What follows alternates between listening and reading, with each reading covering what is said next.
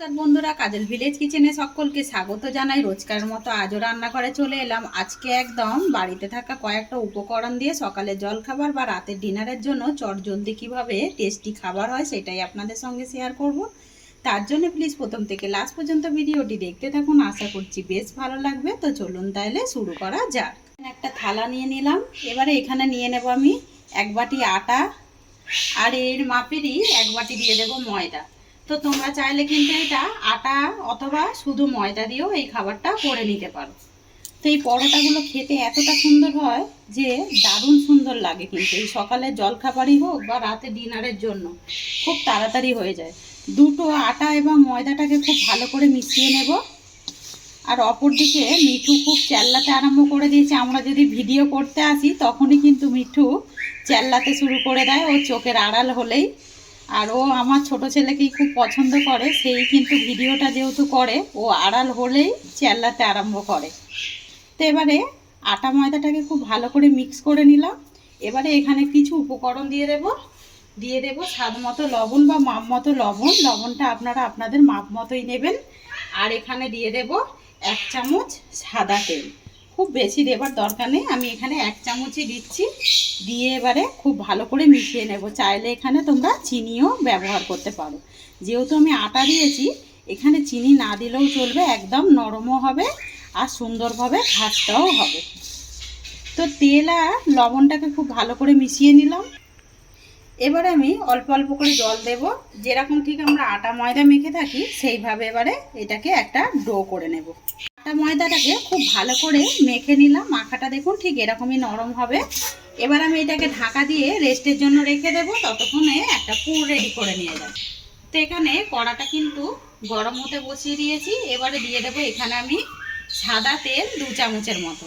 তো তেলটাও দিয়ে দিলাম। তেলটা কিন্তু খুব ভালো করে গরম হয়ে গেছে, সেটা কিন্তু দেখতে পাচ্ছি। এবার আমি এর মধ্যে কিছু ফোড়ন দেব, যাতে করে পুরটার টেস্ট হয় আর সুন্দর একটা গন্ধও হয়। এখানে দিয়ে দেব আমি 7 থেকে 8টা আমি রসুনের কোয়া নিয়েছি। রসুনটাকে দিয়ে দিলাম। দিয়ে এবারে একটুখানি 1 মিনিট মতো নেড়ে নেব এইভাবে। তো এটা একটু কালার চেঞ্জ হতে শুরু করেছে। এবারে দিয়ে দেবো এখানে 1 চামচের মতো এখানে আদাকেও গ্রেট করে নিয়েছি। এই গ্রেট করে নেওয়া আদাটাকেও দিয়ে দেবো। এই সময় গ্যাসটাকে একটু আস্তে দিয়ে দেব। এবার আমি এখানে দিয়ে দেবো বেশ একটা বড় সাইজের পেঁয়াজকে এইভাবে টুকরো করে কেটে রেখেছি। এই কোচানো পেঁয়াজটাকেও দিয়ে দেব। দিয়ে আদা রসুনের সঙ্গে খুব ভালো করে মিশিয়ে নিতে হবে। পেঁয়াজটাকেও এর সঙ্গে দিয়ে আমি নাড়াচাড়া করে নিলাম। আমি এইটা কাঁচা যে মানে গন্ধটা শুধু যাওয়ার জন্য একটু নরম করে নেব, সেই জন্যই পেঁয়াজটাকে আমি আদা রসুনের সঙ্গে 1 মিনিট নাড়াচাড়া করে নিয়েছি। এবারে এখানে দিয়ে দেবো আমি এখানে 2টো কাঁচা লঙ্কাকে এইভাবে কুচিয়ে রেখেছি। কোচানো কাঁচা লঙ্কাটাও দিয়ে দেবো। তো বাচ্চাদের জন্য যদি করেন কাঁচা লঙ্কাটা বাদ দিয়েই করবেন, না হলে পরে বাচ্চাদের মুখে পড়তে পারে। তো কাঁচা লঙ্কাটাকেও দিয়ে আমি ভালো করে নেড়ে নিলাম। কাঁচা লঙ্কারও সবুজ দেখুন রঙটাও কিন্তু রয়েছে। এটা কিন্তু এইভাবে নাড়তে নাড়তে নরম হয়ে যাবে। আমি এটাকে পোড়াতে চাইনি, তাই জন্য আগে দিলাম না। এবারে এখানে দেবো আমি হলুদ গুঁড়ো, একটা সুন্দর রঙের জন্য দিয়ে দিলাম বেশ কিছুটা হলুদ গুঁড়ো। এতে করে যে পরোটাগুলো করছি পুরটার রঙটা কিন্তু বেশ সুন্দর আসবে, তাই জন্যই দিয়ে দিলাম একটু হলুদ গুঁড়ো। তো হলুদের একটা কাঁচা গন্ধ থাকে, ওইটাও একেবারে চলে গেছে। এখানে আমি বড় গেটারে দিয়ে ভালো করে একটা আলুকে গেট করে নিয়ে ধুয়ে রেখেছি আর জলটাকে ঝাড়াতে দিয়ে দিয়েছিলাম। এবারে এই গেট করা আলুটাও কিন্তু এর মধ্যে দিয়ে দিলাম। দিয়ে একটুখানি নাড়াচাড়া করে নেব। আর আপনাদের কাছে যদি কোনো সবজি থাকে, গাজর অথবা বিট, ডিম কড়াই এইসব কিন্তু দিতে পারেন। ফুলকপি বাঁধাকপি যে কোনো হাতের সামনে সবজি থাকলে এর মধ্যে কুচিয়ে গেট করে দিয়ে দেবেন, তাতে করে কিন্তু বেশ খেতে আরও ভালো লাগবে। এবার আমি এখানে দিয়ে দেবো স্বাদ মতো লবণ বা মাপ মতো লবণ। এখনও আমি কিন্তু লবণ ব্যবহার করিনি, সেটা কিন্তু দেখেইছো। এবারে দিয়ে দেবো স্বাদ মতো বা মাপ মতো লবণ। লবণটা আপনারা আপনাদের মাপ মতোই দিয়ে দেবেন। দিয়ে আমি এটাকে একটু ভাজা করে নেব। যেহেতু গেটারের সাহায্যে গেট করে দিয়েছি, আলুটা বেশিক্ষণ সময় লাগবে না। এবার আমি এটাকে একটু ঢাকা দিয়ে দেবো 1 মিনিটের জন্য।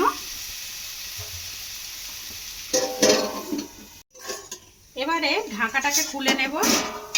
আর কতটা আলুটা সিদ্ধ হয়ে গেছে সেটা কিন্তু দেখতেই পাচ্ছেন, আর অনেকটা কিন্তু তেল ছাড়তেও শুরু করেছে। এবারে আলুটাকে আমি একটু সাইড করে দেব।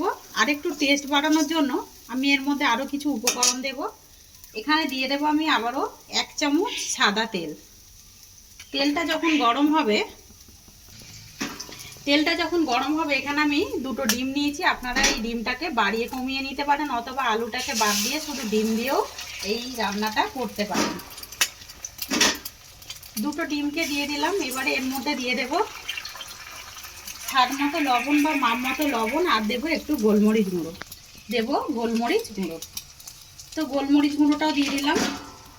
দিয়ে এবারে ডিমের সঙ্গে একটু ভালো করে এইভাবে মিক্স করে নেব। তো এটা খুব ভালো করে ভাজা হয়ে গেছে, যেটা কিন্তু দেখতে পাচ্ছ আমি আগেই নাড়াচাড়া করে এইভাবে টুকরো টুকরো করে ভেজে নিয়েছি। এবারে আলুর সাথে খুব ভালো করে মিক্স করে দেব। দিয়ে আমি আবারও এটা 2 মিনিট মতো এইভাবে নাড়তে থাকবো। তো এটা খুব ভালোভাবে নাড়াচাড়া করে নিয়েছি, পুরটা একেবারে রেডি হয়েই এসেছে। এবার লাস্টে আমি এর মধ্যে কিছু ভাজা মশলা দেব। এখানে জিরে, ধনে, বেশ কিছুটা মৌরি, একটা শুকনো লঙ্কা, তেজপাতা, গরম মশলা, শুকনো কলায় নেড়ে আমি ভেজে রেখেছিলাম, এটাকে দিয়ে মিশিয়ে দেব। ওই জন্যই আমি এর মধ্যে জিরে গুঁড়ো, ধনে গুঁড়ো দিলাম। এটাকে একটা থালার মধ্যে নামিয়ে ঠান্ডা করে নেব। ততক্ষণে পুরটা ঠান্ডা হয়ে যাক। ময়দাটা যে মেখে রেখেছিলাম বেশ অনেকটা সময় হয়ে গেছে। তো আটা ময়দাটা দেখুন কতটা সুন্দরভাবে নরম হয়ে গেছে, ঢাকা চাপা ছিল বলে। তার একটুখানি মেখে নেব। এবারে এটা থেকে যেরকম ঠিক আমরা পরোটা, রুটি অথবা পরোটার যে লেচি করি ওইভাবে কয়েকটা লেচি কেটে নেব। কয়েকটা লেচি কেটে নিয়ে এখানে দেখুন এখানে গোল গোল করে নিয়েছি। আর এখানে 2 বাটি ময়দা, আটা ময়দাতে কিন্তু 8খানা আমার এখানে রুটি পরোটা হবে। তো এখান থেকে একটা লেচি নিয়ে নেব। এবারে অপরগুলো সরিয়ে রাখবো ততক্ষণে। এবারে এখানে দিয়ে দেব আমি একটু আটা অথবা ময়দা দিয়ে দেবেন। আমি এখানে একটু ময়দা ছিটিয়ে দিলাম। দিয়ে এইটাকে আমি যেরকম ঠিক রুটি বেলি সেইভাবে আগে বেলে নেব। তো এইটাকে বেশ সুন্দর করে বড় করে একটু গোল করে নিলাম। আর কতটা পাতলা করেছি সেটা কিন্তু দেখতেই পাচ্ছেন। এইভাবে একটু পাতলা করে আর এইভাবে একটু বেশ রুটির সাইজটা একটু বড় করে বেলে নেবে। এবারে এখানে দিয়ে দেব আমি যে পুরটাকে রেডি করেছিলাম, এই পুরটাকে আমি দিয়ে দেব। দিয়ে আমি ঠিক এটাকে যেরকম ঠিক তিকোনানে হয় সেইভাবে আমি আগে করে নেব। আর এটাকে হাত দিয়ে একটু তিকোনানে মতো করে দিলাম। এবারে এখান থেকে একটুখানি জল দিয়ে দেব সাইডগুলোতে, যাতে করে ছেড়ে না যায়। আর এটা কিন্তু যেহেতু আটা রয়েছে ছাড়বেও না। এবারে এখান থেকে একটা ভাঁজ এর উপরে দিয়ে দেব, আর এখান থেকে আবার একটা ভাঁজ নিয়ে এসে এইভাবে দিয়ে দেব। এইভাবে দিয়ে আর নিচের ভাঁজটাকেও ঠিক এইভাবে আমি মুড়ে দেব। এটা খুব ভালো করে দেখুন তিকোনানে করে মুড়ে নিয়েছি। এবারে এটাকে হাতে তুলে নেব। আর এটা কতটা সুন্দর দেখতে লাগছে দেখুন পরোটাটা। অপর দিকে কড়া গরম হতে বসে দিয়েছি। এবারে গ্যাসের আঁচটাকে একটু আস্তে করে দেব। দিয়ে একটু কড়াটার মধ্যে দেব যেই দিকটা ঠিক আমি মুড়েছি ওই দিকটা এরকমভাবে দিয়ে দেব। দিয়ে আগে লো টু মিডিয়ামে 2 পিঠ ভালো করে সেঁকে নিতে হবে উল্টে পাল্টে। এটা যখনই 1 পিঠ হবে এবারে বলেইছিলাম অপর পিঠটা উল্টে দেব। আর রুটিটা, পরোটাটা দেখুন এখনই কিন্তু বেশ ফুলতে আরম্ভ করেছে। এবার আমি এখানে দিয়ে দেব তেল। তো এখানে 1 চামচের মতো তেল দিয়ে দেব। আর একটু দিয়ে দেব, মানে চামচটা যেহেতু ছোট তাই জন্য আমি বেশ 1.5 চামচের মতো তেল দিয়ে দিলাম। তেল দিয়ে এবারে পরোটাটাকে উল্টে পাল্টে এইভাবে লাল লাল করে যেইভাবে হোক আপনারা ভেজে নেবেন। যে যদি সাদা সাদা একটু খেতে চান তাহলে অল্প অল্প করে আস্তে আস্তে সেঁকবেন, তাহলে একটু এইভাবে একটু দাঁড় করিয়ে করিয়ে সেঁকে নেব। আর এই পরোটাটা বেশ সুন্দরভাবে লাল লাল করে 2 পিঠ ভেজে নিয়েছি। পরোটা ভাজাটা দেখুন এটা কড়ার মধ্যে দিয়েছি বলে তাই জন্য একটু এখানটা মেখে গেছে, না হলে কিন্তু বেশ সুন্দর হয়েছে। আর কতটা বাচ্চাদের কিন্তু এগুলো টিফিনে দিলেও দারুণভাবে সকালে টিফিনে কিন্তু ওরা খেয়ে নেবে। এখানে আরও একটা বেলে রেখেছি, এই বেলে রাখাটাও ওই একইভাবে দিয়ে দেব। দিয়ে সমস্তগুলোই করে নেব। তো পরোটাগুলোই ভেজে নিলাম, ভেজে ফিরে এলাম। তো কতটা সুন্দর দেখতে লাগছে। আর এটা কিন্তু টমেটো সস বা চাটনি দিয়েও খেতে কিন্তু দুর্দান্ত লাগবে। আর দেখুন কতটা ভালো লাগছে। অপরদিকে আমি আগে থেকেই টমেটো চাটনি করেই রেখেছিলাম, আর এটা টমেটো সসের সঙ্গেও খেতে ভালো লাগবে। একটু বাদাম দিয়ে করে নিলাম টমেটো, তাহলে কিন্তু আরও বেশি ভালো লাগবে। পরোটাগুলোই একটা প্লেটের মধ্যে সাজিয়ে নিলাম, আর দেখুন কতটা সুন্দর হয়েছে। একটা ছিঁড়ে দেখাচ্ছি। আর যেমনই এগুলো নরম হয় তেমন কিন্তু পুর ভর্তি, দেখুন ভেতরটা কতটা সুন্দর হয়েছে। আজকের রেসিপি আপনাদের কীরকম লাগলো কমেন্ট করে জানাবেন। যদি ভালো লেগে থাকে একটা লাইক করে দেবেন, বন্ধুদের সঙ্গে শেয়ার করবেন, আর এই ছোট্ট চ্যানেলটিকে সাবস্ক্রাইবার করে নেবেন। আমার এরকম নিত্য নতুন রান্নার জন্য পাশে থাকা বেল আইকনটি প্রেস করবেন। সবাই ভালো থাকবেন, সুস্থ থাকবেন, ধন্যবাদ। আবারও কোনো নতুন রেসিপি নিয়ে ফিরে আসবো। আজকের মতো এই পর্যন্ত।